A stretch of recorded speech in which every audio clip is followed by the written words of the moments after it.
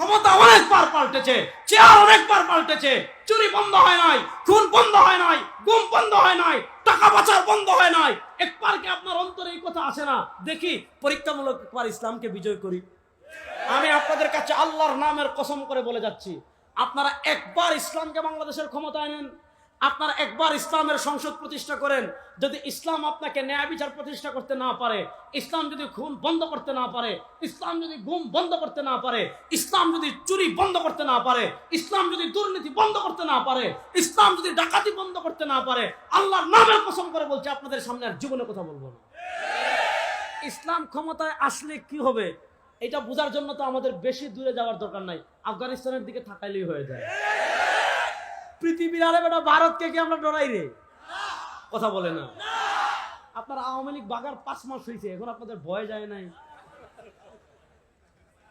আরে আফগানিস্তানের মুসলমান, এই চট্টগ্রামের সবুজ পাগড়িওয়ালারা বলে যাচ্ছি, আফগানিস্তানের কালো পাগড়িওয়ালারা যদি কালেমার পতাকা উড়াতে পারে, বাংলাদেশের সবুজ পাগড়িরা কালেমার পতাকা উড়ানোর জন্য প্রস্তুত আছে তো ইনশাআল্লাহ?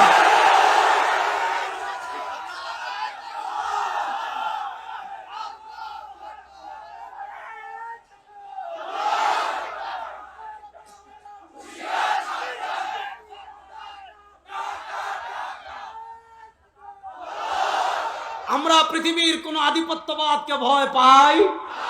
আরে আমাদের তো স্লোগান একটা আছে, আল্লাহু আকবার। আমাদের তো মিছিল একটা আছে, লা ইলাহা ইল্লাল্লাহ। আরে আমরা তো সেই জাতি, আল্লাহ দুনিয়াতে যত নবী পাঠিয়েছেন, যত রাসূল পাঠিয়েছেন,